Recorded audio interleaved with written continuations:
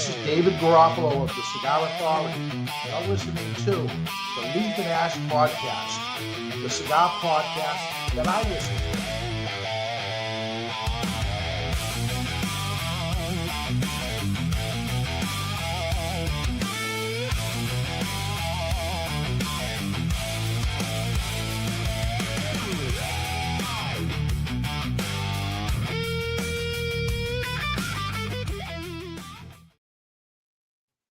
What's going on, guys? Surprise, surprise. Pop-up Sunday, baby. It's a new segment on the Leaf and Ash Sip and Smoke. What's going on, guys? Welcome to our podcast. The podcast that David Garofalo listens to.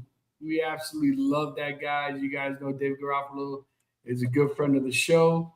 And the guy is a plethora of knowledge in the industry. But before we get to all of that, guys, I am your host of one of three.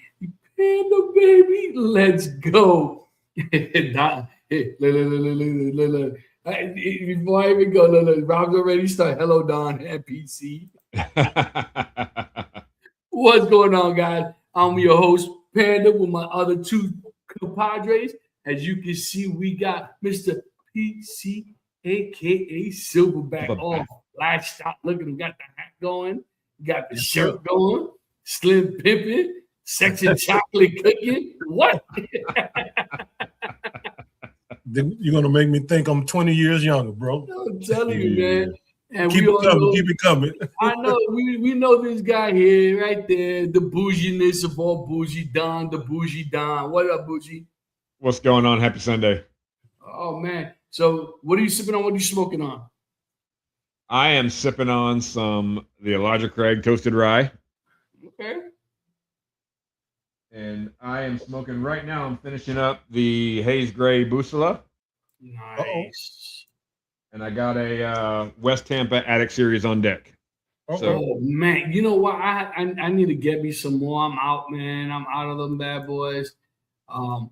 Yeah, that cigar I absolutely love, as you guys know. PC, what are you sipping on? What you smoking on, big dog? Well, I'm sipping on some soda out of one of my older tumblers, and I got that Tabernacle Red. Tabernacle, huh? Mm-hmm. Old freaking Nacken. Your boy, where'd he go? Where did Hollywood? There we go. I think she's mad at me because I voted her out. Your boy Panda is sipping on. Y'all don't let this go. Y'all don't let this go. Four Roses Soul. Don't let this go. Our one must go. Just a couple of nights ago.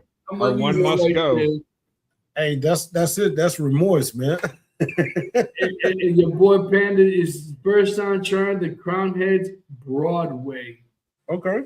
And I could tell you, it is very, very from light up. It's a very interesting taste immediately. I told Don when I first lit it up, it almost tasted and it smelled like, you know, when you light up incense, mm-hmm.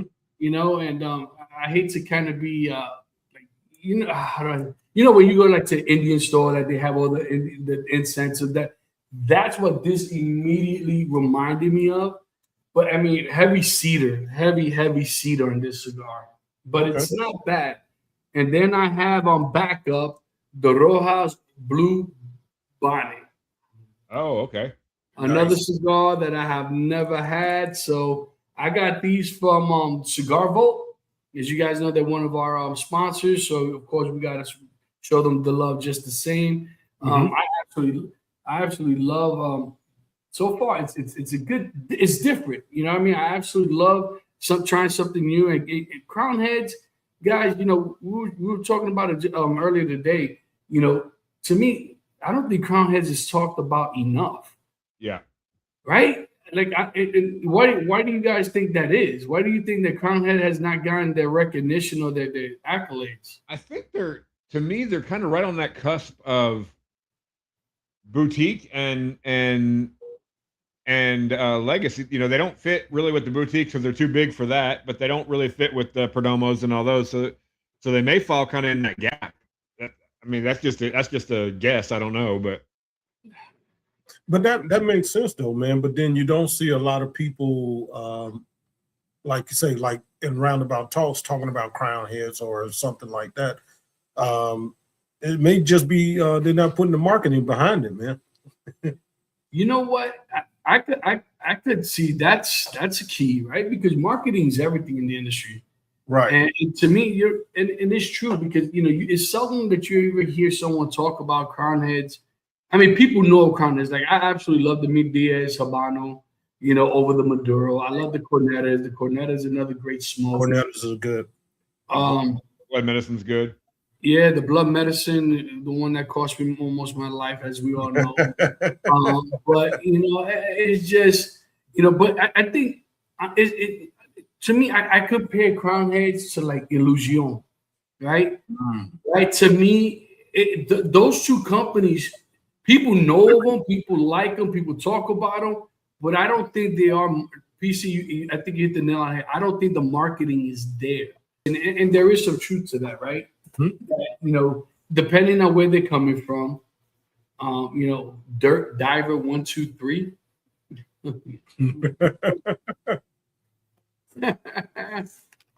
No hashtags today, guys. There's no giveaway today. There will be a giveaway on Tuesday, as you guys don't forget, guys, that this coming Tuesday is our first Tuesday, relocating the podcast from Thursdays to Tuesdays, same time, 7 Central, 8 Eastern. And stay tuned because, like I said, we're gonna have Carmen and Luis from His and Hers Cigar Lounge. And, great people. It's gonna be a great interview. Yes. I confirmed yesterday with them, and they are looking forward just the same. So you guys are talking about new cigars and stuff. You're not going to believe this. I have a hard time believing it. Other than those couple of bougie sticks I bought the other day from the lounge, a couple of Davidoffs or whatever, and the factory reserve, I have not bought a new cigar since I was in South Florida with you guys. Wow. I can't say that. I can't say that. So I haven't tried anything new since March. I need to get back out there and get it all going. But I was getting to the point where I have this 450 count, Herfador cool, the Coolador thing here, and I have a couple of those, the electric, and I didn't have any more room for cigars. I was like, I was stuffing them into that, and I was just like, I got to start smoking through some of this stuff before I. You're right, and you know what? I had to do the same thing because my cabinet was full with single sticks and boxes. And like on the bottom shelf, the bottom two shelves are all, I have all boxes. And I was like, you know what? I need to start smoking some of this stuff, man. And it got to the point that because you kind of get into a routine of smoking the same cigar over and over because you enjoy it so much to the point you end up burning yourself out. And that happened to me with the aging room. The quadrant. Oh, it really did. I had to take a break. You did smoke a few of those. Yeah. And I'm back to the Trinidad Espiritu number 2, but I told you guys, I won a 15 pack from online, and I could tell you guys they're not the same. They're not the same at all. You've had probably what 5 or 6 of them now out of that pack. And I've smoked enough of them to know when something's off. Something tells me that there was a band that looks the same, but the cigar is just not the same. But that's what that's the gamble that you take. Yep. When you decide to do other things. It's kind of rocky, huh? Here he goes. Go ahead, Don. Your cabinet is 2 feet tall because you can't reach the top of the shelf if it was taller.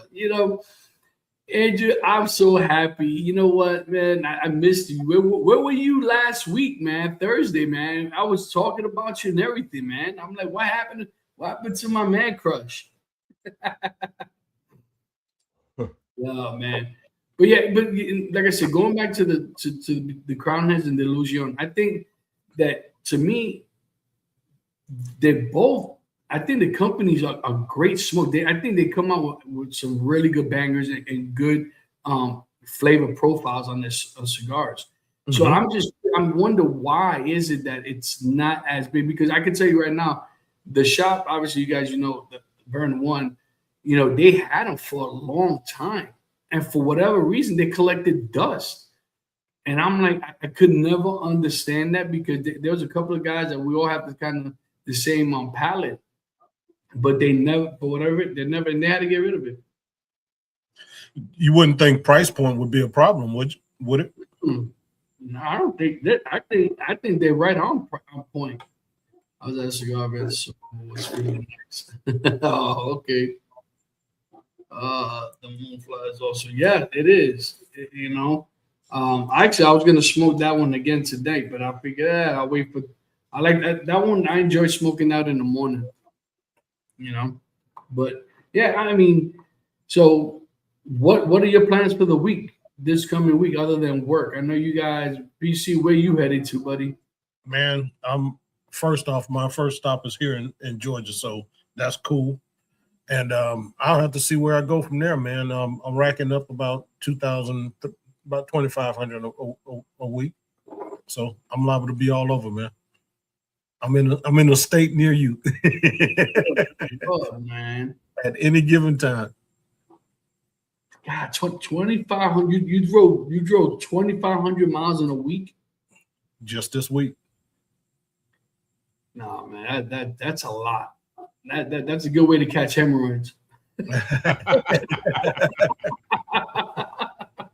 Luckily, I get out. I'm very active at work. Every once in a while, I throw a splash dance party or something like that. Oh yeah, we got to see those. Oh man, and Donnie, but what you get to what did you get to do today? Oh man,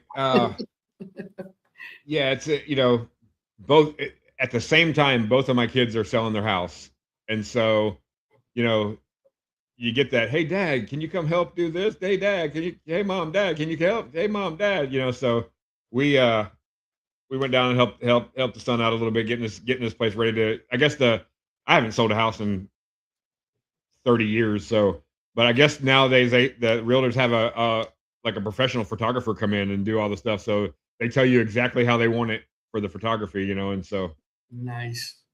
Well, that to me is a good sign of a good realtor when they do that extra step.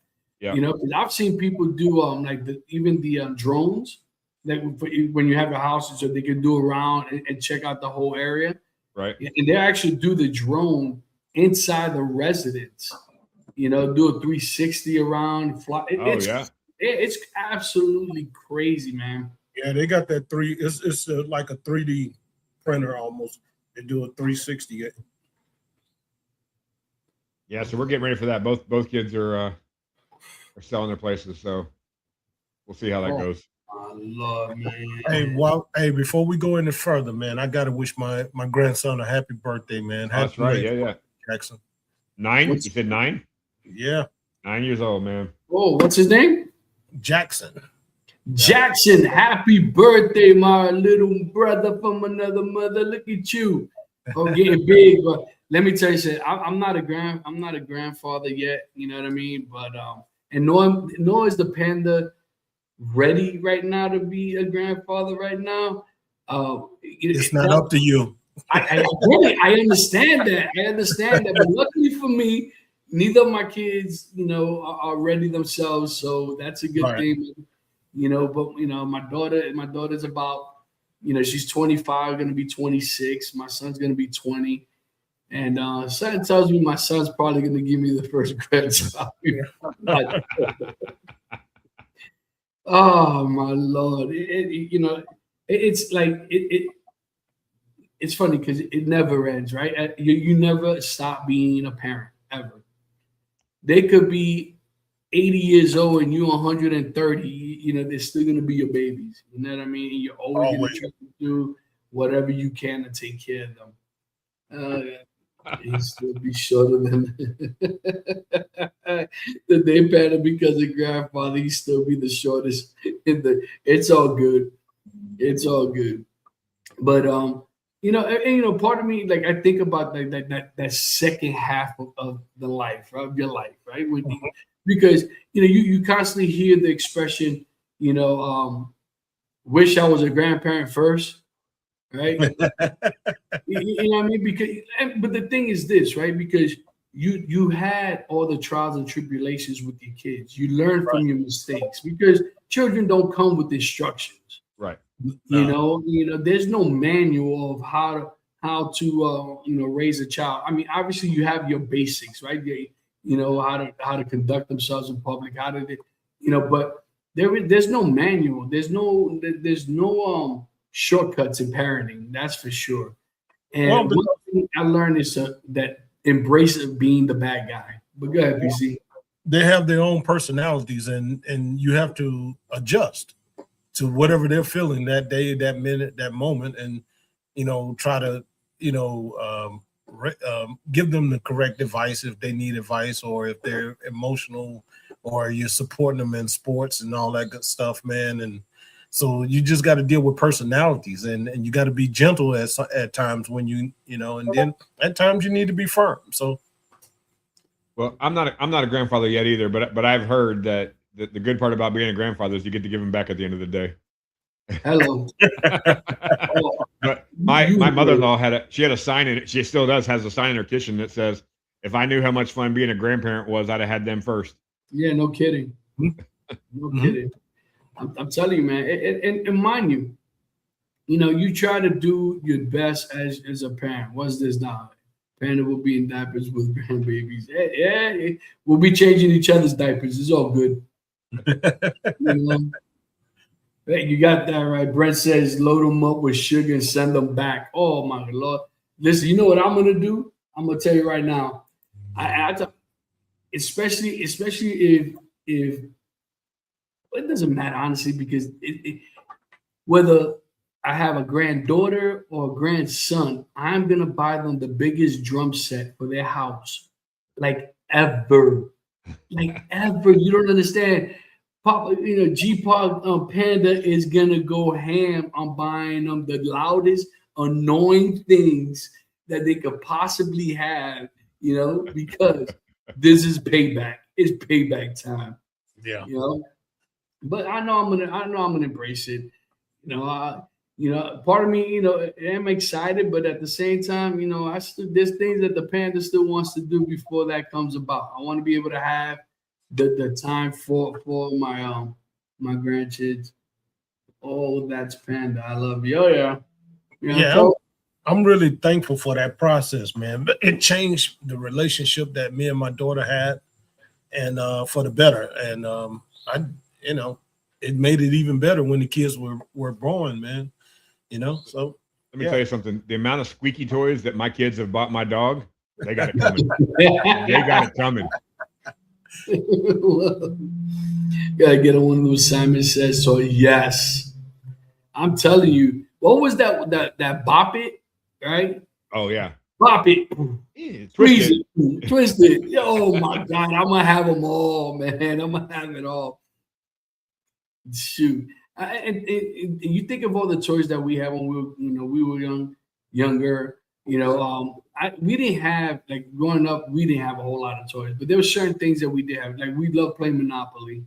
Monopoly was one, Trouble was another one, Operation, and then of course all your Ghetto Fabulous games in the streets of New York.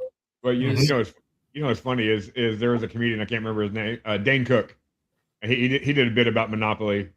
Playing. He's like, you play Monopoly, and all of a sudden it's like, it's 2 a.m., Grandma. Just sell the damn property.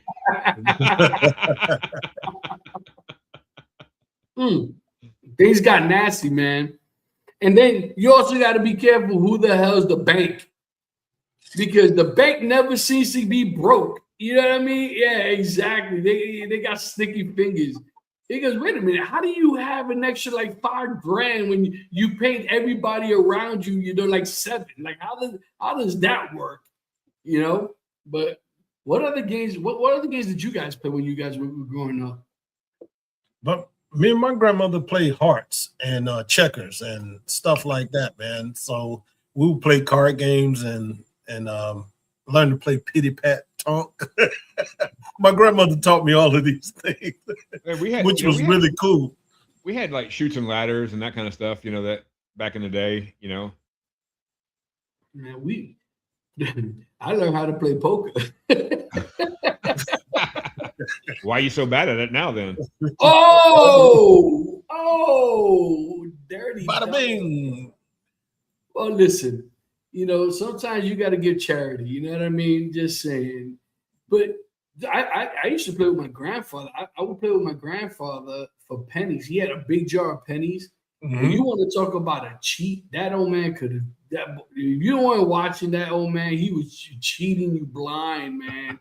Just rock. And then you learn your basic 5-card stud, and you play the wild games and stuff like that. But no, yeah, dude, we used to play poker all the time. Play spades. You get that spades gets absolutely crazy, especially if you tricked up, man. If you have, you got enough books and you clean your house, things are getting slammed all over the place. But oh yeah, well, man. You think about it too, like, you're outside playing basketball. My wife used to get mad at me for, my son would take a shot and I'd swat it in the next week. Like, why you do that? I'm like, because there's gonna come a day. There's gonna come a day when he's better than. And so, well, and I know that day comes for Panda when they're 4, but Oh, wow. You're welcome, Angel. No, I'm kidding. I used to say there's gonna come a day when he's gonna be swatting my stuff in the next week. So I gotta get mine in when I can. Dude, tough love, man. Let me tell you something. I didn't, listen, when my son would play soccer and stuff like that, and my daughter was a dance and gymnastics and stuff like that. Dude, there was no such thing as second place trophies, participation trophies, when we grew up. No, you're the first loser. That's it. That's all it is. And the other funny thing is, how did you know you were in trouble? For me, my mom was the yeller. My mom would yell at us, and you whatever, you get yelled at. My dad would sit there, and when he had enough, he just started undoing his belt. And you're like, oh, hell. Yeah. He just started undoing that belt and start sliding it out. You're like, I crossed the line. That's it. And he just look at you and say, meet me in my room. Yeah. No, that ain't happening, Pop. Yeah. Well, I'll say this: when my mom would say, "Wait till your dad get home," and my dad worked swing shift, so that means I'll try to stay up as late as I could, and I just feel the covers come off of my legs as I you gotta try to head that off at the back. Now, hey, Pop, Mom's gonna tell you some stuff. It didn't happen like that. Listen, I knew I was in trouble when my mom called me by my full government name. Yeah. When my mom called me by my entire full government name and added Junior at the end, yeah, I was in for deep. And it's crazy, right? Because the ass whippers we used to get back in our day, right? People would think it's child abuse today. And it's like, no, we just got a nice swift kick in the ass when we needed it. If you heard all 3 of your names, you were for it when Dad got home. You got that right. Well, I knew I was going to be a good football player. One day, I got in trouble. My mom was going to whoop me, and I took off, not knowing my mom used to run track in high school. And so our house was like this: the kitchen, dining room, living room. And I took off, shoo, and she was on my butt. And I saw the coffee table. I did a Barry Sanders on the coffee table, and she hit it, bam. Oh man! And my dad got home. He told my butt up. You better never run from your mom again. So my dad was the cerebral one. He'd just sit there and watch me run, and he'd be like, "You got to sleep at some point." Like, I ain't gonna waste my energy chasing you. You got to sleep at some point. Like, you're sitting up there like this with the bobblehead. We were talking about this with my in-laws this past week. We were over there, and they were talking about my wife's brother was he's a good dude. He's a great dude, as a matter of fact. But he was a handful growing up, and he threw a rock at his mom and busted a window one time. Oh, and she called my father-in-law at work, said, "If you want to see your son alive again, you'll come home right now." Like, and I used to think about that. When you're disciplining your kids, I tried to never discipline my kids when I was actually angry. If I got to the point where I was really mad, I passed it off because I didn't want to do that. But I remember those days when my mom just, all right, your dad will be home soon. Like, Yeah, I'd much rather deal with my mom than to deal with my dad. Oh yeah, end up getting this look. Yep. Mm. Hey guys, quick moment for our sponsors. I got this, Donny boy. Stay tuned for our sponsors, baby. We don't smoke in here. Well, I fucking do.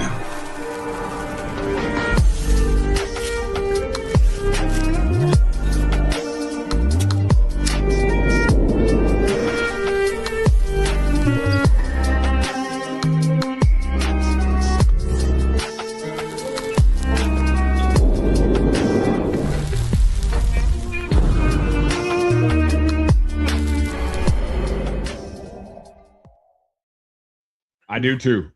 Oh yeah, and I do too.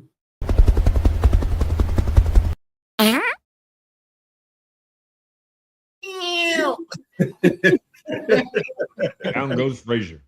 Down goes Frazier. Talking about, man, did you? I mean, I know you guys are not big boxing fans, man, like I am. But let me tell you, man, last night there was a good boxing. There's good fights last night, but I waited up to like past midnight to watch the Lamar Roach versus Zapata, and what a disappointment that was, man. That Mexican boy put an ass whipping clinic on this brother, man. I mean, and everybody was surprised, man. Absolutely surprised. I watched the UFC fights yesterday, and they had 10 first-round stoppages out of the 13 fights. Wow. I was sitting to myself, and the main event lasted 30 seconds. Dude got knocked out in 30. I was sitting there thinking to myself, because I went to the UFC last year to 317 when it was in Vegas. I was thinking to myself, man, do you know how mad I would be? The amount of money you pay to get into those events, and it's a pretty penny. I bought them on the secondary market, and it was even higher than so. I was just thinking, man, if I paid that amount of money and it lasted 30 seconds, that used to be the knock on Tyson back in the day. Mm-hmm. You pay the pay-per-view and you knock somebody out in 10 seconds, you know?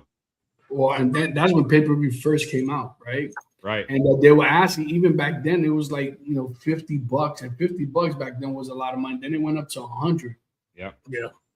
But how do you tell a boxer or somebody that's in an event like that you got to wait to the second round before you knock somebody out? Those guys are all professionals, so there's always a chance.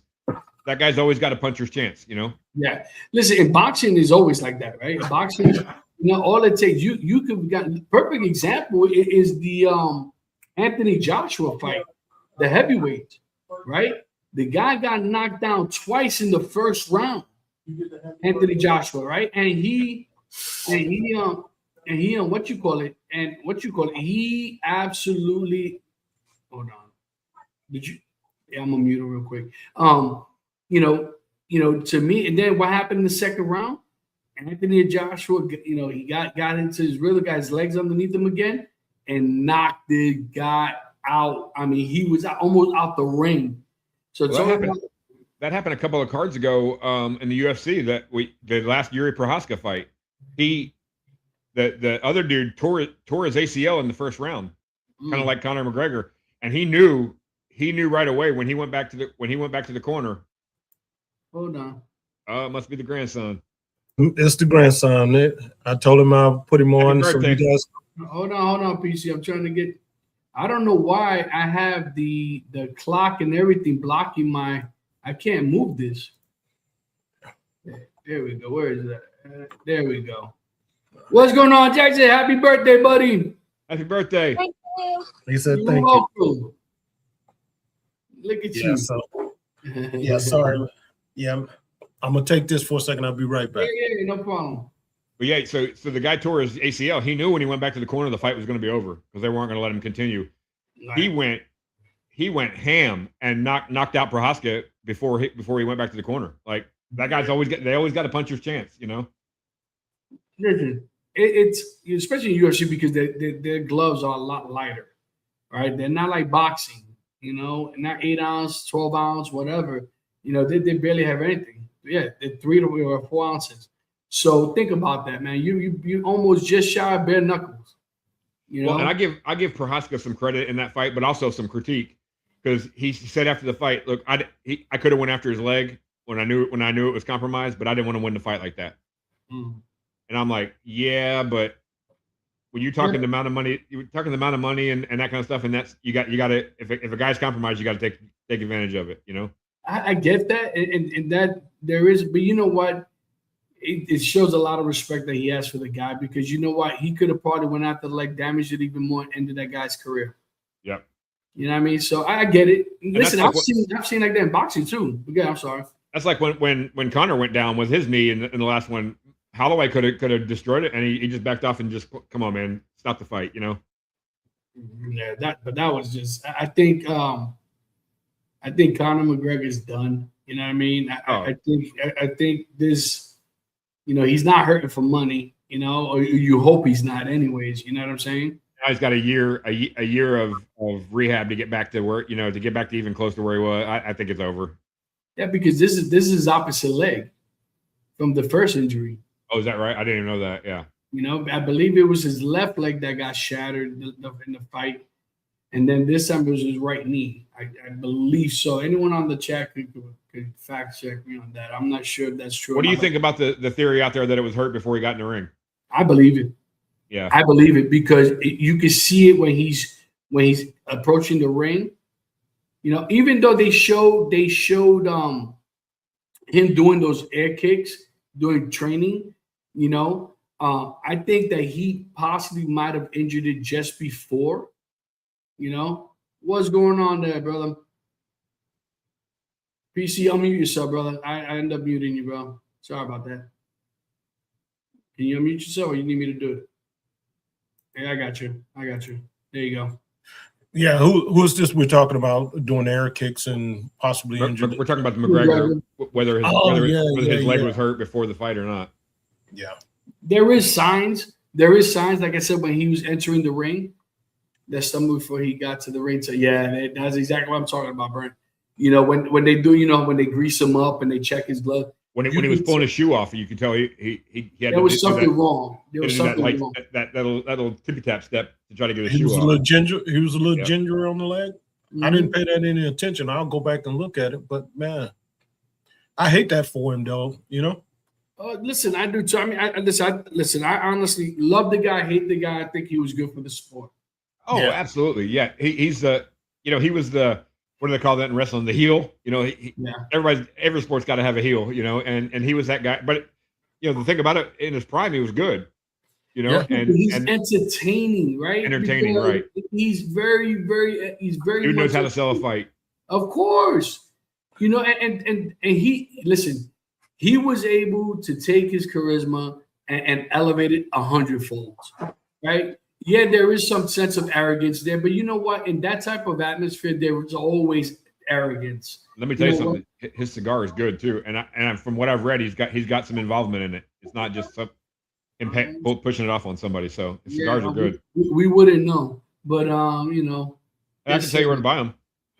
Ooh, you dirty dog. He was injured at check-in based on. I agree. What up, Pedro? Oh, wow. But my thing is, at that point, you can't postpone the fight because all the people paid just to see the main event, right? Yeah, and the thing is this: it's sad, but I think that if his dumbass would have just went to try to fight, he could have.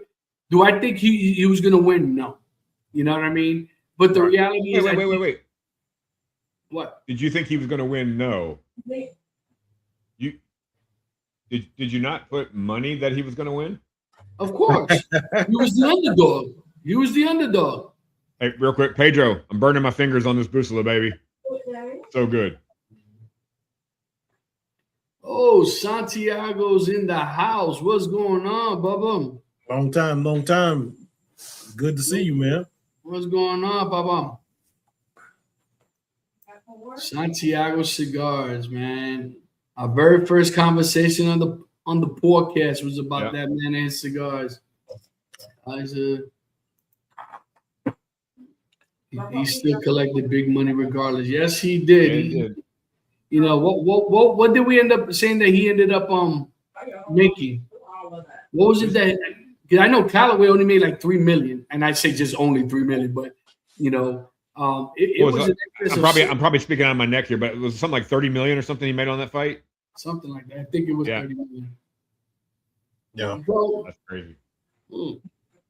but you know, and mind you, who do you think was the baddest UFC fighter? Oh man. And I'm talking about now of all times. Now, like if you had your top 5, who would you pick? And it could be any weight division. Chuck Liddell's got to be in there. Yeah. He's a beast. Yeah. Chuck Liddell to me. Go ahead, I'm gonna let you talk, and then Chuck Liddell's got to be in there. I mean, you got to go back to the very beginning. And Hoist Gracie was. I mean, that dude would get his ass kicked for 24 minutes and then submit the dude in the last minute. You know. Golly, there's so many. BJ Penn was good back in the day. Yeah. Yeah. Rampage Jackson was that guy could put the Spider. What's his name? Anderson Silva. That guy. You got to put him in there. Yeah. You know. I mean, there's so many of those guys. Those guys are just tough dudes, man. I don't care who you are. You got to be in there. But then you look at was it John Jones? Man, John Jones, man.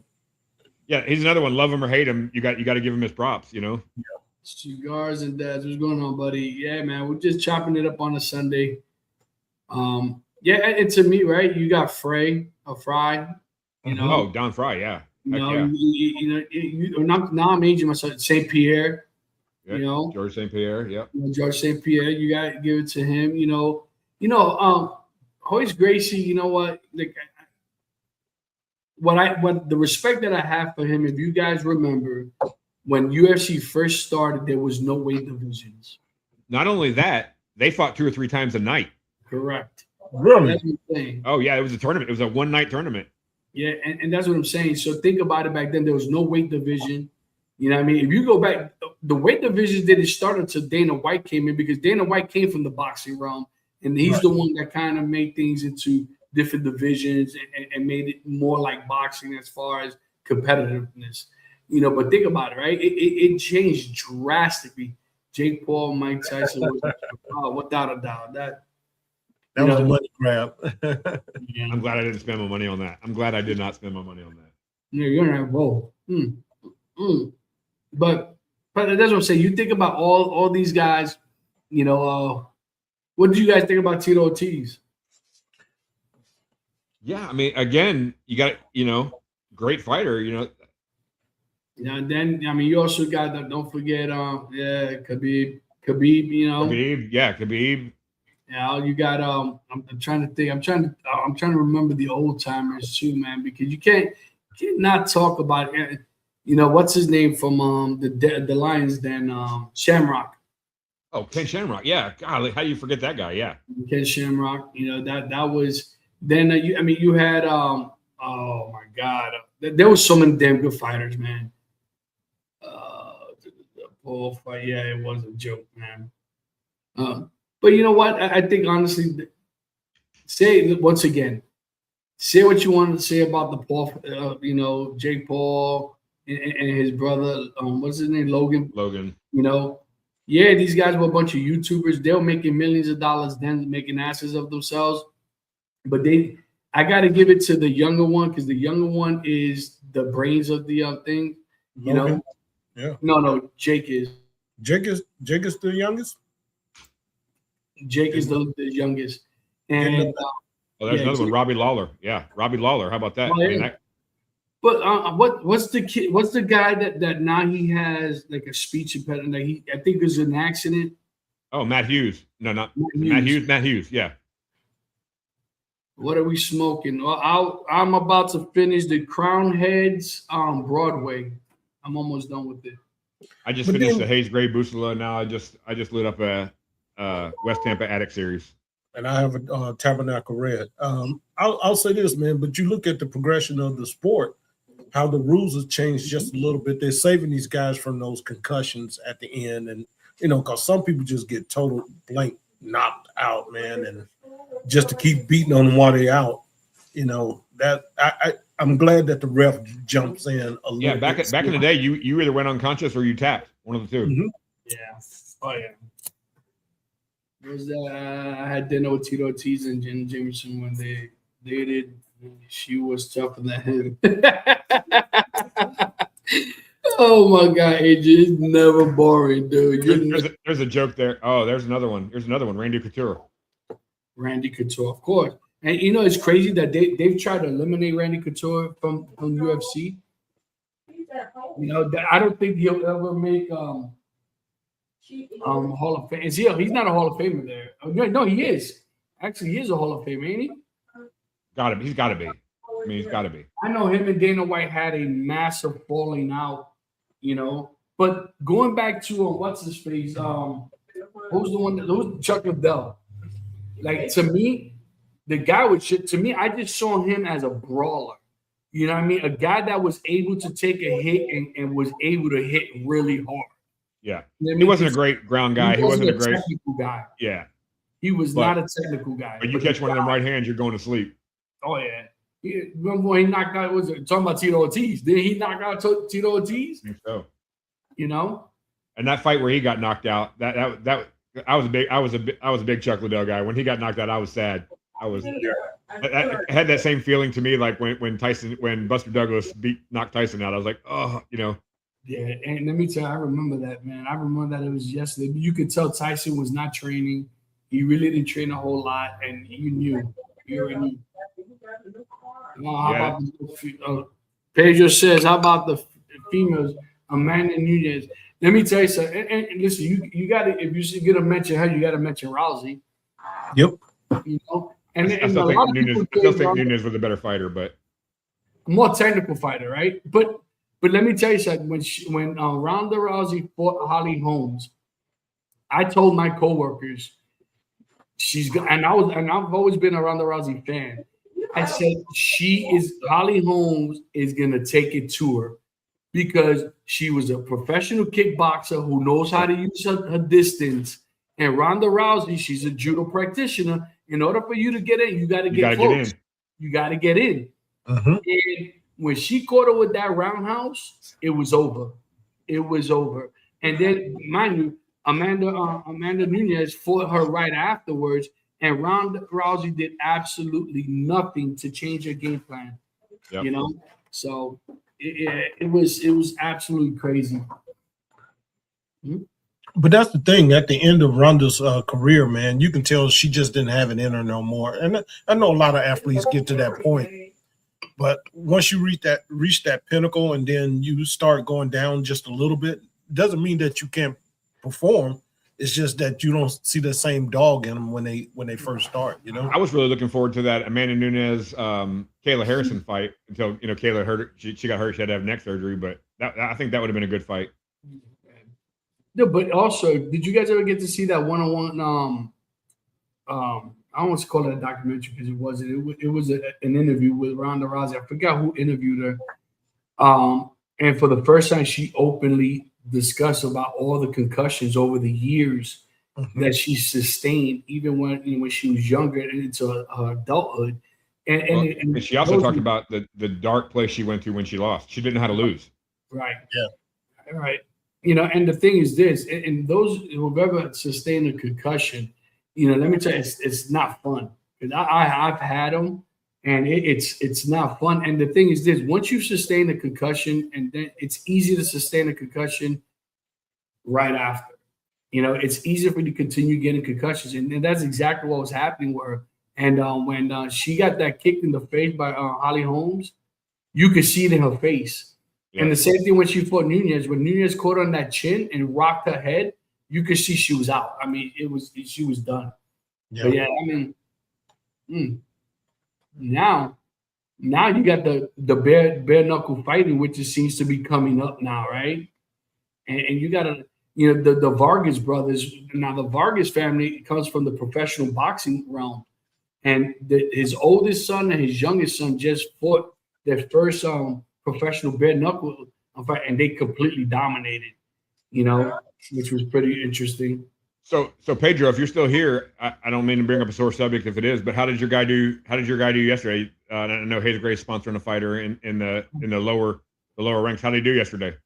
Oh, you know what? That's right. I forgot they were watching him yesterday. I never from now. Oh. Well, if he's still here, all right, I'm lighting up the blue bonnet. And I could tell you on initial light up. Is that a good or a bad? Good. Rojas, man. I tell you what, I've had one that like the street tacos carnitas. It's probably not my palate, but it's still a good cigar. He lost. He lost the first round. Oh wow. Damn. And you know what? And the crazy part about and listen, just especially in MMA, all it takes is you slip up, you become a little aggressive, and the guy takes advantage of your aggression, and he actually catches you slipping, and they take advantage of the mistake. But you know what? You live and learn, and you go on to the next, and you keep moving forward, man. Every fight's a learning experience. So we have a young guy. Matter of fact, he trains my son trains in Brazilian Jiu-Jitsu, and he trains my son. And he's getting into MMA, and he was just rocking people in the lower ranks.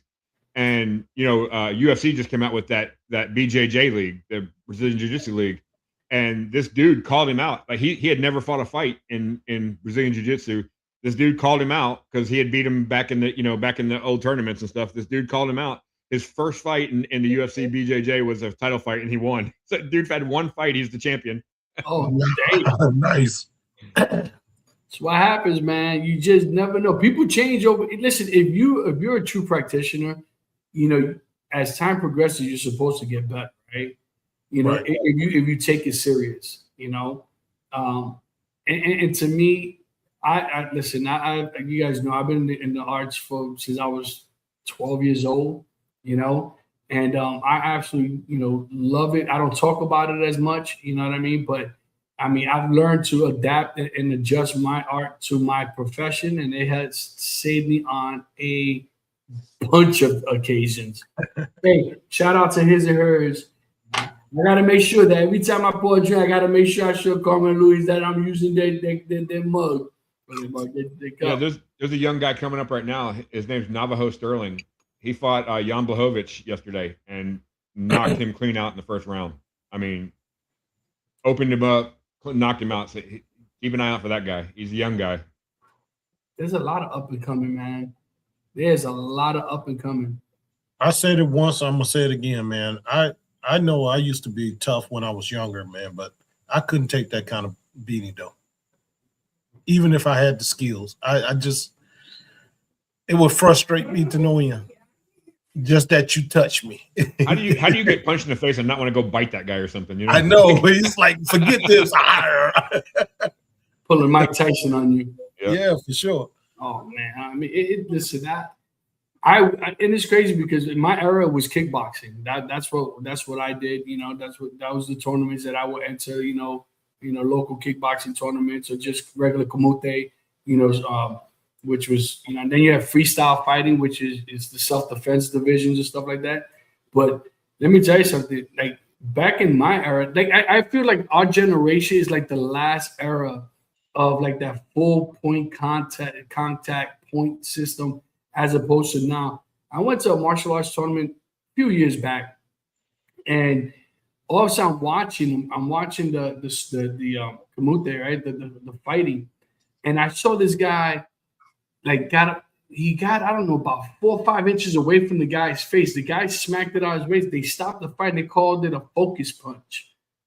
What? And they gave the guy a point. I go, what the hell is a focus punch? And I go, what? I was like, man, things have gotten soft, man. Things have gotten really soft. There was no, in our tournament, when we used to hold them in New York, you weren't allowed to hit in the back of the neck, the throat, or in the groin. Full face was fully allowed. Talking about back in the day, though, my dad always used to tell me, "Your generation's soft." And I always say, "Oh, you're just an old man." I find myself doing that now to the younger gen. They're just soft, man. They're just softer than we were, This generation is softer, man. I don't care what they say, man. You know, Gen X, think about it, man. We've gone through every technology from the very beginning of its existence, right? Yep. You know, and yeah, it's crazy. I mean, we've endured a lot, man. Drinking out of that water hose, and we're still here, and we're still here. They talk about parasites, man. I think the parasites keeping us alive. And nowadays, you tell somebody to get a drink out of the faucet, they look at you like, What? Yeah. Dude, let me tell you something. The best water there is in New York, the faucet water, ice cold. I don't care what you say, buddy. It's the truth. Hey, look it up. They'll tell you. The amount of filtration that New York water, city water has is ridiculous. Don't go to Jersey, though. oh, Jersey water's bad. You grow a third leg somewhere else in the back of your neck. Oh, man. Yeah, I'm going to give one more shout out to Hayes Gray. And then, do we have a one must go yet? Have we thought of anything yet? Oh, man. I'll give you guys 51 seconds to think about one. Savor every moment with Hayes Gray Cigar. Each blend is crafted for bold flavor, veteran-inspired character, and premium construction. From smooth and approachable to rich and complex in flavor, Hayes Gray delivers a cigar for every palate. Now available our new release, Irmãos do Mar. Order Hayes Gray Cigars online at Fat Boys Cigars and from Wolfpack Cigar Club and the Cigar Vault, Oakdale. Visit our website for a list of nationwide retail lounges and to grab some cool Hayes Gray merch to rep our brand. As always, we've got your sticks. There it is. We got your stick. We absolutely got nothing but love for them guys. As you can see over my shoulder over here, Hayes Gray represent as always. Guys, before we figure out what one must go, I want to talk about the TPA. Once again, guys, the TPA Smoke Fest is in Pensacola this year. Around the corner, man. It's around the corner. It is right around the corner. It's from October 1st to the 3rd. Guys, here's your QR code so you could go and check it out. If not, go to tpa.rocks/events so you can check out what exactly is the event offering for each package. Guys, I can tell you right now, what you're getting in for the VIP package, you're getting probably roughly anywhere between $500 and more between not just the cigars, is the experience itself with the rolling class with Ish, the pairing class. So Thursday, let me break it down. Thursday is the meet and greet. We're meeting at the local brewery over there that they're kindly enough to host us out there so that everybody can meet all the brand owners, of course, us included, bonded by the leaf. As you guys know, we have 3 cigars, the Smoker's Ember, the Smoker's Inferno, the Smoker's Delight. All 3 of them will be at this fest. So come and check them out, check us out, and you get to meet us, hang out with us at the brewery before the event. And the VIP gets in entry an hour early so you could get your swag, your bags, your cigars, and everything else that goes with it, including some raffle tickets, some drink tickets, some what else? Obviously, I said the cigars. There's some other stuff involved in there. And then after the event on Friday is your dinner, which is included in your VIP ticket. Okay, the second day, same thing. You get your hour in admission early, and you're gonna have the pairing that day. And then afterwards, Cordova Cigar Lounge is gonna be hosting us. We have the lounge all to ourselves, guys. I believe from 10 p.m. on. I'm sure. I mean, the event's to 6 o'clock. I'm sure everyone after they have dinner, I'm sure they wouldn't mind if we show up a little early. So, and like I said, we'll close it out that night. And with the band, we're gonna have food trucks, DJs, games, raffles, you name it. We're gonna have a blast. So, hope to see you guys there, October 1st through the 3rd. TPA.rocks/events. I hope to see you guys there.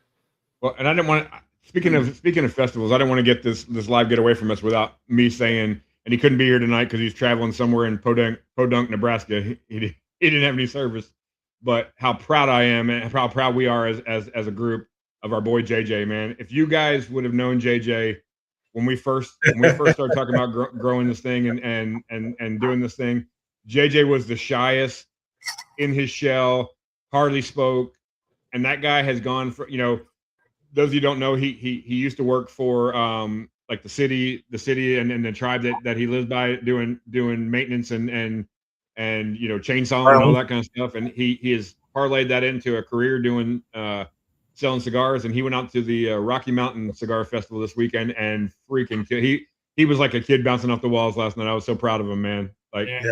you know, and He was nervous. He was nervous. he was nervous as all get out. He was on his own. It was, you know, nobody there to support him, and he just killed it. And they did amazing out there with Big Sky, and just want to give him his props, man. He's not here. I'll make sure to say it again on Tuesday night, but man, I'm proud of him. Yeah, salute to JJ, man. Absolutely. So, any suggestions for One Must Go? Man, I was thinking about it. Nothing comes into my head. You got anything? I thought of something, but I think I'm going to wait till Tuesday to bring it up. Yeah. So it's okay. We can skip it this time around, guys. It's all good. Yeah, But listen, guys, we appreciate you guys coming and popping on this surprise Sunday evening. We appreciate you spending an hour with us.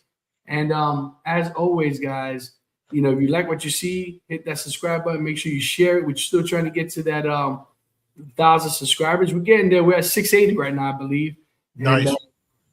And yeah, guys, if there's anything or anyone, if any of you guys want to come and join us on any of our podcasts, hit us up and we'll see what we could do to book you to come on. We do have a couple of guests that we are lining up. We're just waiting for these guys to get the cigars that they were sent to me, and I shipped them out the other day. So hopefully, once they get them, I will contact two companies. That and brand owners that they're gonna come and join the Leaf and Nash family, and and we'll just chop it up and find out what they're about and introduce you guys to some new cigars that are out, you know. But all right, guys, any final thoughts before we close out? No, man.